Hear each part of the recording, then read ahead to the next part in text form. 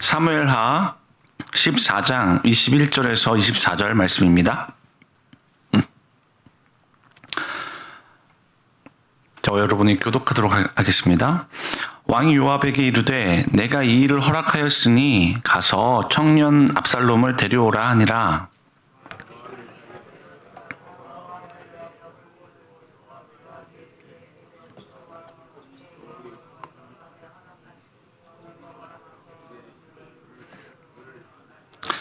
요압이 일어나 그슬로 가서 압살롬을 데리고 예루살렘으로 오니 왕이 이르되 그를 그의 집으로 물러가게 하여 내 얼굴을 볼 수 없게 하라 하매 압살롬이 자기 집으로 돌아가고 왕의 얼굴을 보지 못하니라. 아멘. 오늘 말씀은 암논을 살해한 압살롬이 다시 예루살렘으로 돌아온 이야기입니다. 일전에 드고와 여인은 요압이 입에 넣어준 대로 다윗의 상황과 이제 비슷한 유사한 상황을 만들었어요. 그래서 재판을 청했죠. 이 과정에서 다윗은 압살롬을 너무 그리워하는 그런 상태 가운데 있었습니다. 그래서 영적인 민감함을 잃어버린 상태였던 거예요. 그래서 왕이 갖추어야 할 그 공의로움을 잊고서는 이 여인에게 율법에 어긋나는 판결을 내어주었는데요. 그것은 뭐였냐면 율법에서는 고의로살이란 자는 어떻게 하죠? 사형에 처하도록 규정을 하고 있어요. 그런 다윗은 이 가정에 기업이 계속 이어질 수 있도록 그래서 그 긍휼을 베풀어야 한다는 판단 아래서 율법에 어긋나는 판결을 내리고 마는 겁니다. 그러자 이 여인은 이제 본색을 드러내는 거예요. 그래서 다윗의 판결로 인해서 다윗 스스로가 잘못하고 있음을 역으로 지금 짚어내는 겁니다. 그것은 다윗이 다른 사람에 대해서는 이렇게 용서를 베풀면서 고의로 살인한 자에 대해서도 죽이지 말라고 이렇게 판결하면서 왜 자신의 가정 문제인 압살롬에 대해서, 압살롬도 암논을 죽였지 않습니까? 근데 그 압살롬은 왜 용서를 하지 못하는 것이냐는 겁니다. 다윗이 방금 내려준 판결과 다윗이 현재 하고 있는 이 행동이 일치가 안 된다는 거죠. 그래서 다윗은 이제 낌새를 차린 거예요. 이 여인 배후에 누군가 있구나. 아마도 요압이지 않을까 이런 추측을 하면서 이제 여인에게 묻기 시작하는데요. 내용 관찰 1번 보겠습니다. 여인을 통해 요압의 개입 여부를 확인한 다윗은 요압에게 무엇이라고 말합니까? 다윗은 이 여인이 단순히 자신의 가정사를 재판받으러 온 사람이 아닌 것을 이제 직감한 겁니다. 그리고 이 여인의 배후에 아마도 요압이 있었겠구나 짐작을 하고는 실제로 요압이 뒤에서 시킨 일이었는지를 묻죠. 그러자 이 여인은 이제 이실을 짓고 하는 거예요. 맞아요. 요압이 저에게 이렇게 말을 하도록 입에 넣어줬습니다. 말을 넣어줬습니다. 그러니까 이 모든 것이 요압이 꾸민 계략이었던 거예요. 그럼에도 불구하고 다윗은 이미 자기가 한 말이 있잖아요. 그러니까 이것은 공적으로 재판 자리에서 자신이 내뱉은 말이었기 때문에 주워 담을 수가 없었습니다. 이 여인의 가정의 남은 자녀를 절대로 죽이지 못하도록 뭐에까지 이렇게 얘기를 했냐면 여호와의 살아계심을 두고 맹세까지 했던 거예요.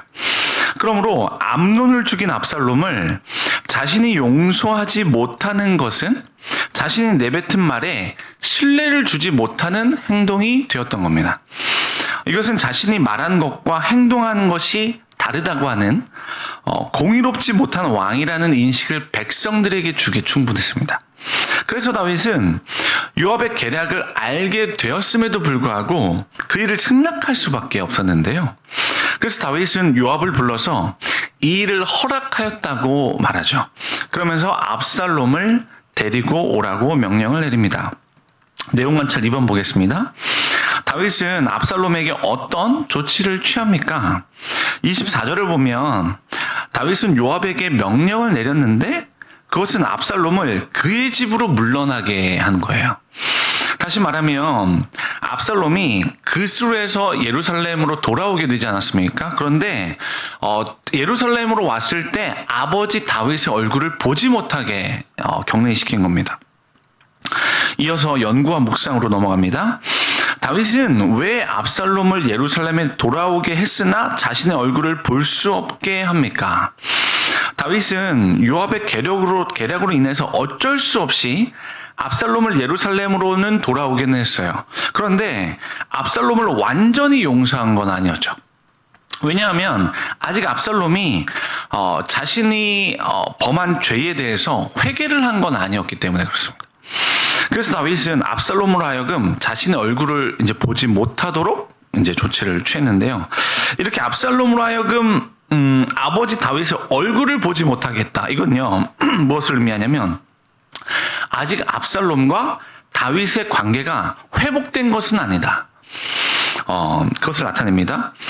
우리 창세기로 보면 아담의 아들인 가인이 있지 않습니까? 그런데 하나님 앞에 온전한 예배로 드려지지 않은 것을 볼 수 있어요. 그래서 하나님께서는 가인에게 이렇게 말씀하시죠. 내가 선을 행하지 못하면 어찌 낯을 들지 못하겠느냐. 이 장면은 선을 행하지 못해서 하나님 앞에서 이렇게 고개를 떨구고 있는 가인의 모습을 그리고 있다는 걸 알 수 있죠. 이때 가인이 하나님을 떳떳이 바라보지 못했던 건 그의 안에 죄가 있었기 때문이었습니다.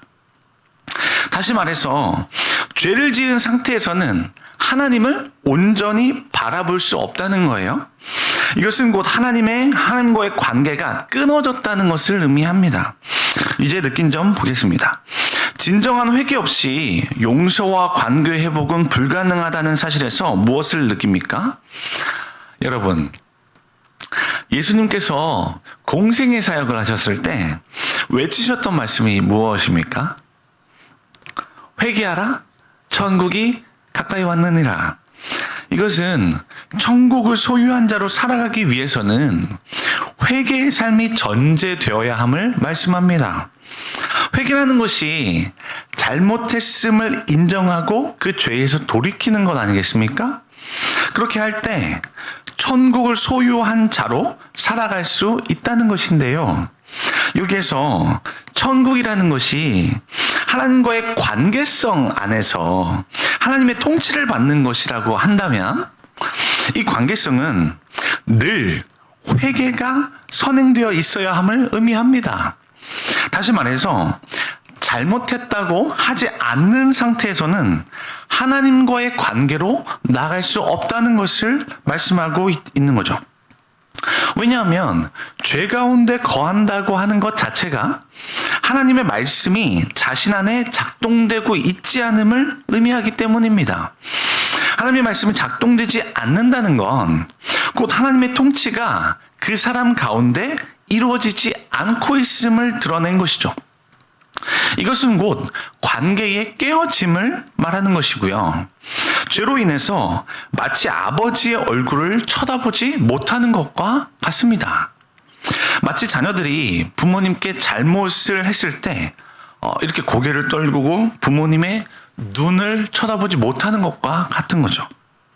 인격과 인격이 만날 때는 눈을 바라보면서 관계가 지속되고 있음을 알 수 있는데요. 눈을 마주치지 못한다는 것은요, 그 관계가 깨어졌음을 드러낸 것이라 할 수 있습니다. 그러므로 관계를 이어가기 위해서는 잘못한 것에 대해서 용서를 구하는 태도가 반드시 필요하다는 것을 알 수 있게 됩니다. 이제 결단과 적용 보겠습니다. 최근에 내가 관계적으로 어려움을 겪는 사람을 피하려 했던 때는 언제입니까? 오늘 내가 회개하거나 용서할 대상은 누구이며 관계 회복을 위해 무엇을 실천하겠습니까? 죄송합니다. 여러분, 성경은 누군가를 사랑하거나 용서하는 문제에 있어서 하나님과의 관계와 분리시키지 않는다는 것을 볼 수 있는데요. 요한일서 4장 20절은 이렇게 기록되어 있습니다.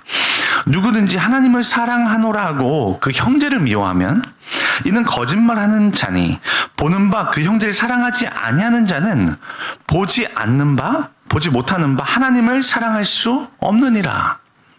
그러니까 하나님은요, 보이지 않는 하나님을 사랑할 수 있으려면 먼저 보이는 내 형제부터 사랑할 수 있어야 한다고 말씀하시는 겁니다. 이 작은 소자에게 한 것이 곧 내게 한 것이니라 말씀하지 않으셨습니까?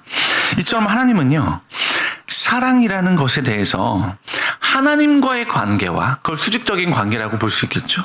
그리고 나와 내 이웃과의 관계, 수평적인 관계, 이것을 동일한 관계로 인정해 주시는 것을 볼 수 있죠.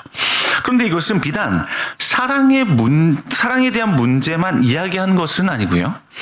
용서에 대해서도 동일한 원리를 말씀하고 계십니다. 성경에서는. 저와 여러분이 잘 아시는 주기도문 가운데 이런 구절 있지 않습니까? 우리가 우리에게 죄 지은 자를 사하여 준 것 같이 우리의 죄를 사하여 주시옵고. 자, 이 내용을 기반으로 예수님은요, 마태복음에서 용서에 대해서 이렇게 선언하고 계셨는데요. 너희가 사람의 잘못을 용서하면 너희 하늘 아버지께서도 너희 잘못을 용서하시려니와 너희가 사람의 잘못을 용서하지 아니하면 너희 아버지께서도 너희 잘못을 용서하지 아니하시리라.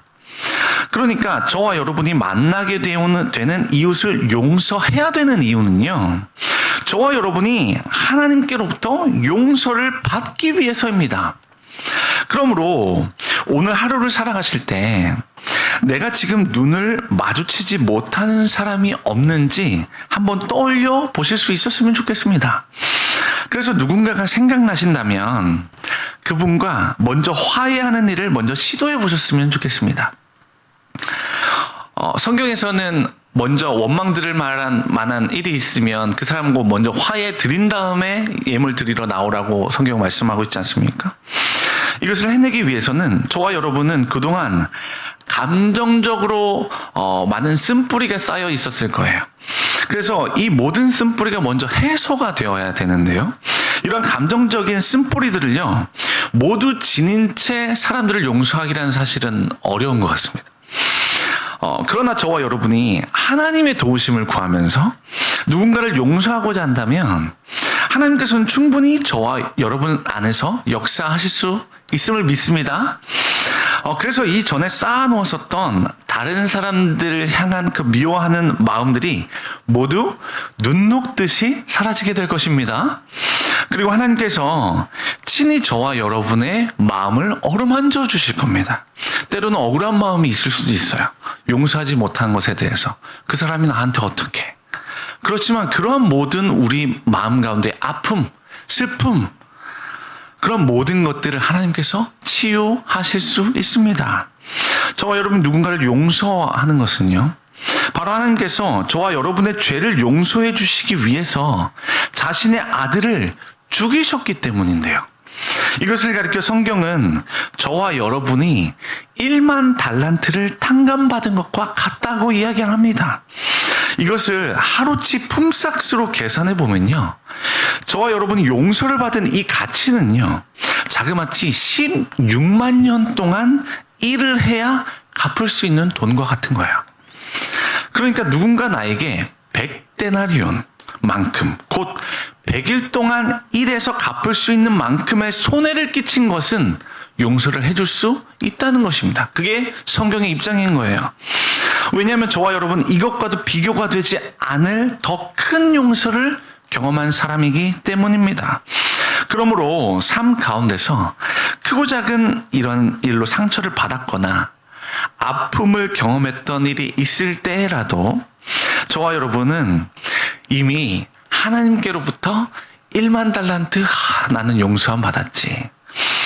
그것을 그 용서받았다고 하는 그 1만 달란트 빚졌다가 탕감받은 자임을 기억할 수 있었으면 좋겠습니다.